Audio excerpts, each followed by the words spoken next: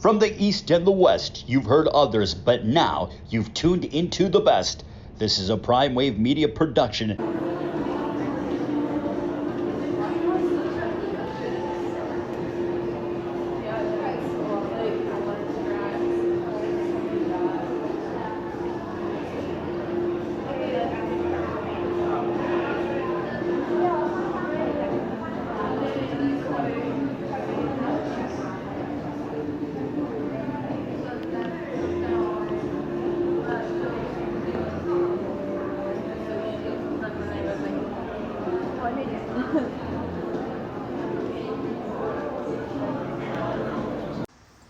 What's up, world? It's the one and only Pop DiBiase, the Primetime Capper, and this is the PrimeTimeAngles Live on IG, and this is the premier sports betting show. Boy, oh boy, what a night last night in the NFL. We were able to get home 3 out of 4 of the bets that we put out last night. Only one that we did not hit was the over 22 first half last night. We did get the plus 13 on the Giants as well, too. That was actually accelerated from, going from what was it, a plus 9.5, plus 10. It went up 3 more points for us as well, too. So that gave us a great cover last night. Also, clients last night had the over 45. Also had the over 16.5 team total for the Giants last night as well, too. And also had the over 9.5 in the first quarter as well, too. So that worked out pretty good for us last night, 3 out of 4. We didn't hit the premium, which was the first half on the Tampa Bay Buccaneers to score 14 points, but they only wound up scoring 3. Then they wind up getting 22 in the second half. So you see how it goes. You see how it goes. So it is what it is. And what's up? What's up? Hash, my dude, my G, my DJ. I can't wait to get back with you, brother. And we get everything popping off in the right way. You already know what it is, 2021, man. We got big things coming. So y'all be on the lookout for that one. But I just had to say what's up to my boy Hash. I see he's in the room right now. All right, so it is what it is, but great night last night. But you know what? It's all about today, but we don't have any games today. It's all about the election today, so make sure you get on out there and vote. I'm not talking politics here at all either, so let's not get into that at all because, that's what CNN and all those BS cameras is up there for. So pretty much let's go ahead and jump into what we have to look forward to this week, and that's going to be the bets list that I have here for you. But we're going to mix it up a little bit this week. We're going to kind of go by the importance of these conferences, and I'm going to start off today with the AAC, the Conference USA, and the MAC, because the MAC has 6 games tomorrow, and we'll have a good ticket for you as well, too. So here it is. AAC Bets List, under 62.5. First game up, SMU and Temple. We have 2 teams going at it right here. We got a Temple team that's not playing good football at all this year to start off. So pretty much, SMU is in it, and they look like they're going to be really, really looking towards getting some good action in and everything with Temple. Temple started the season a little too late, and I think this is going to be a big blowout in a sense, but it's not going to go over the 62.5. Temple's not going to give up 50 points or anything like that, but they'll probably lose like 40-10 or something of that nature because Temple, I'm not going to say they're bad, but they're just not. It's just not there at this point this year. They started way too late. These teams that started earlier in the season have a bit of an advantage over them right now. So it is what it is at the end of the day. Then we got East Carolina going against South Florida. No. Going against Tulane. I'm so sorry about that. And pretty much in this spot, we got ourselves a really good game, but I truly do think after what happened to ECU last week, there shouldn't be any issues about this team winning this week. I know they're going against Tulane, but they're going to be back at home this week, and after that loss last week against a Tulsa team that's seen as one of the better teams in the conference this season, and the way that they lost in a controversial way, this team is going to make sure that they don't make the same mistakes that they made in the last game, and they might actually run away with this one as well, too. So So check it on out. Plus 160 on ECU. Let's see how it shakes out. Hopefully it goes in the right direction. And then we got Navy, and Navy has themselves a pretty good game this week as well too. They're going against Tulsa, and Tulsa, they laid a egg, and it was a nasty one too last week. So they're hard to trust at this point. I think Navy actually comes into this game, and they're going to have a bit of an advantage because they've been playing against a lot tougher than Memphis, they've been playing against a lot tougher than Tulsa has. So pretty much I'm going to go ahead and take Navy with the plus 10.5 here. Let's see how it shakes out. Memphis, South Florida. South Florida is absolutely dreadful here in the AAC. So what I'm going to do here is I'm going to go ahead and take the minus 18 on Memphis here and circle it up. I think Memphis is a 3-touchdown or better winner come Saturday, Friday, whatever day they play. But they are going to win by 3 touchdowns or better. And I would say that they could be a very confident first half pick as well, too. So there it is.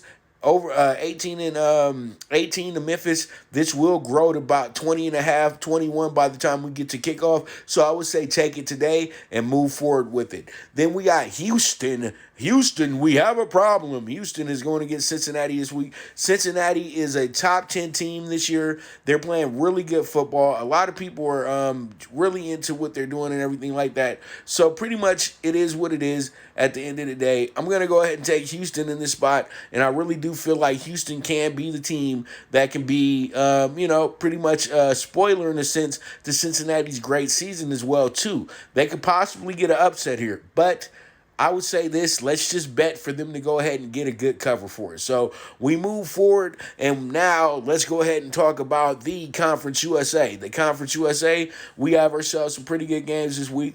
Everybody in the conference is playing, but 2 of the teams are playing against FCS schools. So we have these 5 that are in conference games, though. And we got Middle Tennessee State. They're in a good game in their spot as well, too. I'm over here making sure I got everything right for you guys as well, too, because I got the computer right in front of me today. So I'm making sure I'm just not throwing out games and mixing up the teams. So pretty much you got Middle Tennessee State going against Charlotte. Charlotte has played some pretty good football this season, but I think that Middle Tennessee State plays their best football on the road as well, too. So I'm going to go ahead and, at home. And pretty much I'm taking Middle Tennessee State at home with the plus 150. Let's see how it shakes out. It's at a 4.5 right now on the spread. I could see this actually dipping a little bit lower than that. It should go off at about 3.5, 3 when we get to kickoff. So there it is. There it is. So I'm taking the plus 150, Middle Tennessee State. Let's see how it shakes out. Then we got San Antonio's UTSA. UTSA is going to be playing against Rice. As I said before, Rice is another team that's just getting into the flow of the season. They had a lot of issues with COVID and everything early in the year. So now they're pretty much now starting to play their full schedule and things of that nature. But I still think UTSA, it's what these sneaky little devils will figure out a way to cover in this game or figure out a way to win this game. So San Antonio plus 4.5. Let's see how it shakes out. Then we got UTEP, and UTEP is a favorite for the first time in a very long time in a conference game. But that's because this season is different from their past seasons before. So UTEP, I like them. I like them a lot. I think FIU is falling off the face of the earth. They had a horrible loss against the FCS school last week, so it's gonna be it's tough on FIU right now. So I love UTEP as the home team in this spot. I think they take care of their business and they go ahead and win this game and win it big too. To be honest with you, so there it is. UTEP minus 130. Let's see how it shakes out. Then we got Western Kentucky and Florida Atlantic. Actually, Florida Atlantic is a huge favorite in this game, but I really do like the over in this spot. I know Florida Atlantic hasn't been scoring a lot of points, but they haven't been giving up a lot of points either. This is the type of game, though, where the offense opens up, in a sense, in my opinion, and I think that's what's going to happen here on Saturday. So I'm taking the over 40.5. Western Kentucky, Florida Atlantic. Let's see how it goes. Then we got Louisiana Tech. And Louisiana Tech's playing in a really good game themselves. They're playing against North Texas. They're going to be the road team this time around. And North Texas got a week off last week, so I truly do feel like what's going to happen here is that Louisiana Tech winds up coming in here and gets a good win here at a plus 105. Little skinny dog here, a little frail dog, but it's all good. We'll go ahead and see how it goes. But I think that we cashed this ticket right here as well, too. Plus 105, Louisiana Tech. Let's see how it shakes out. Then we move on to the Mac Daddy, make it jump. And we got 6 games in the Mac. And tomorrow, I had a parlay and everything ready for you guys. Probably won't be looking like this, but these are the bets that I do have in place for the MAC tomorrow night. We got plus 5 on EMU in their game going against Kent State. Kent State actually showed up last year in the bowl game, won me some good money in that bowl game as well, too. I think I had them in a plus 3 something. And they beat Utah State last year, so pretty much they're feeling pretty good about that because Kent State looked really good at points of the season last year. And they got big wins last year as well, too. But this year is different. Eastern Michigan is a team that always shows up. They play really good football as well, too. They got a great program in place, a great coach, and I think they do get the cover in this game. This game is going to be very close. So I'm taking Eastern Michigan to get the cover in this game, plus 5. Let's see how it shakes out. Then we got Western Michigan and Akron. Akron has been the laughing stock of the MAC for the last 3 or 4 years. So will there be a change? Will there be a new entity? You know what I mean? Something that says Akron can possibly be in this game? Probably not. But what I think what happens here is that Western Michigan doesn't beat on them too badly, and they stay up under 54 here. But Akron could be better. They do have some real jets coming in this year to play receiver, cornerback, and things of that nature. But what does it matter if you're undersized and, not disciplined enough to keep up with the other team? So at the end of the day, Akron has to improve. They have to show us that they've improved. Then we got Northern Illinois in a spot where they are the home team, and I think that they're not being taken as seriously as they should be because at the end of the day, this team is always a team that plays a big factor into things as well, too.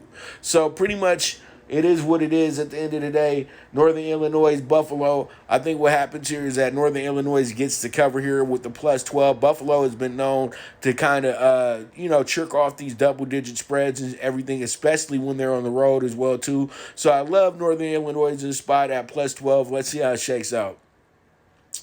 Then we have Miami of Ohio. Miami of Ohio is in a really good game against Ball State.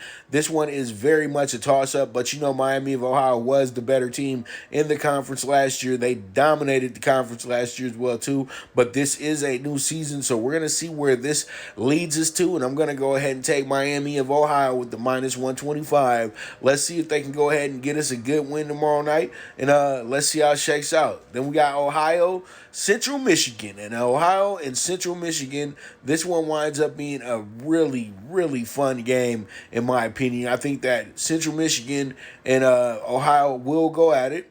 The Chippewas and the Bobcats, and I think that the end result will wind up with these teams actually going under in this spot tomorrow. I think defense is going to be at an absolute premium on both sides, so that's why I'm taking it like how it is. So under 59, Ohio and Central Michigan. Let's see how it shakes out. And then last but not least, we got Bowling Green and Toledo, and we remember what happened with Bowling Green and Toledo last year. Remember? Yeah, okay, so we can't really say, okay, Toledo's going to walk all over these guys because they ain't been like that lately at all. And Bowling Green is going to be the type of team that figures out ways to win games when you don't think they should be winning the game. I'm not saying they're going to win tomorrow night, but I'm going to say this: they will cover tomorrow night. And I'm not going against that plus 22.5. When you got the longest spread in the group, usually it works out for the team in the right way. You know what I mean? So there it is. That's going to be a wrap for the bets list for today. Tomorrow, when you guys tune in, we're going to be doing the Big 10, the Big 12, and we're going to be doing the Pac-12 tomorrow. And then Thursday, we're doing the ACC. No, hold on. We're going to do it like this. I'm so sorry. We're going to do the Big 12, the Mountain West, and the Pac-12 tomorrow. Then we're going to do the ACC, Big 10, and the SEC, because those three conferences seem to have like everybody in the top 50, seem to have a bunch of teams in the top 25 as is. So, just go by the ranking of the flow. You know what I mean? And that's what it is. So we move on. And once again, today we're going to be in Philadelphia at Parx. And we're going to be running through 3 races today as well, too. Race 5, race 9, and race 10. Also, I have the late pick 4 for you for $28 on the investment. First timer, we're going to be going with a horse by the name of Dakota Outlaw. Dakota Outlaw is a 2-year-old gelding as well too. So when I see a gelding that's 2 years old, that really means that this horse should be able to run really for the next 5, 6, 7 years as well too. And I think this horse, with being snipped the way it was before it even got to the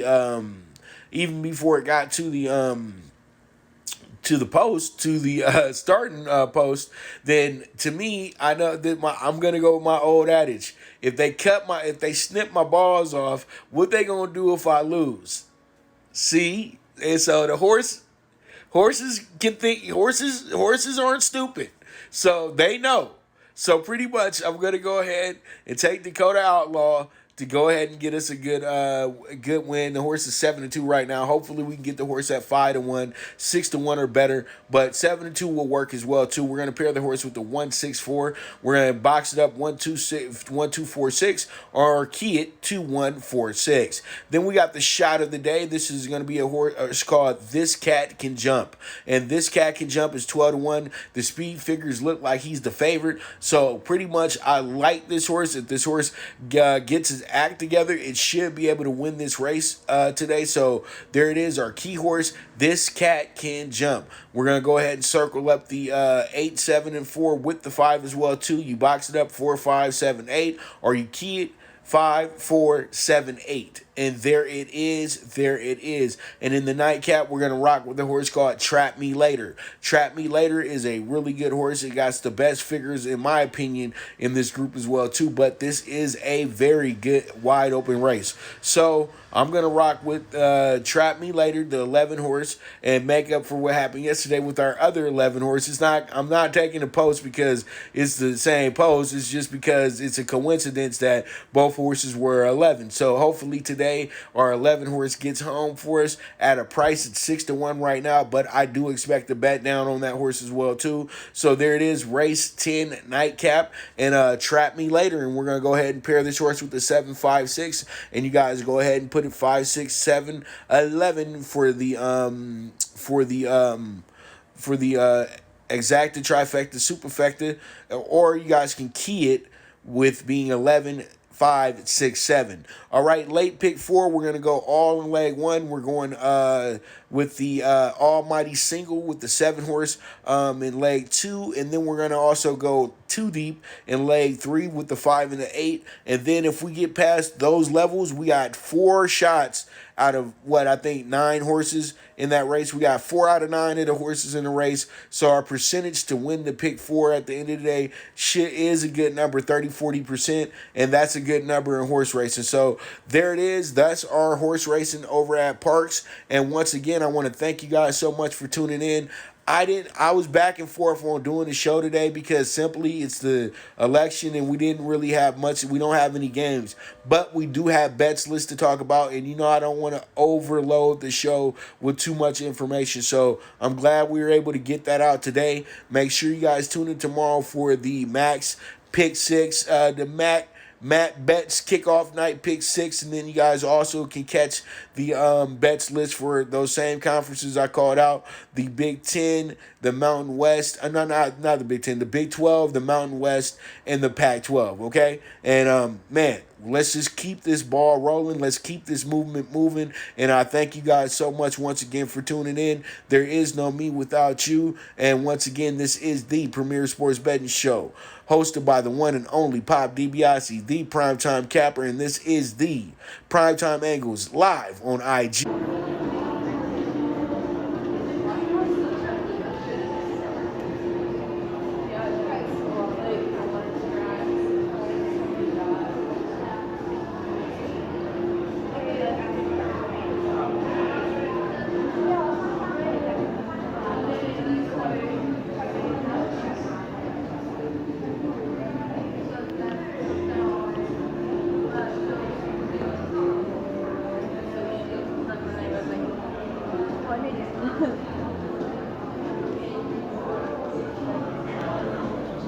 Thank you for tuning into the Primetime Angles, the premier sports betting show, hosted by the one and only Pop DiBiase, the Primetime Capper. This is a PrimeWave media production, and go ahead and press that subscribe button.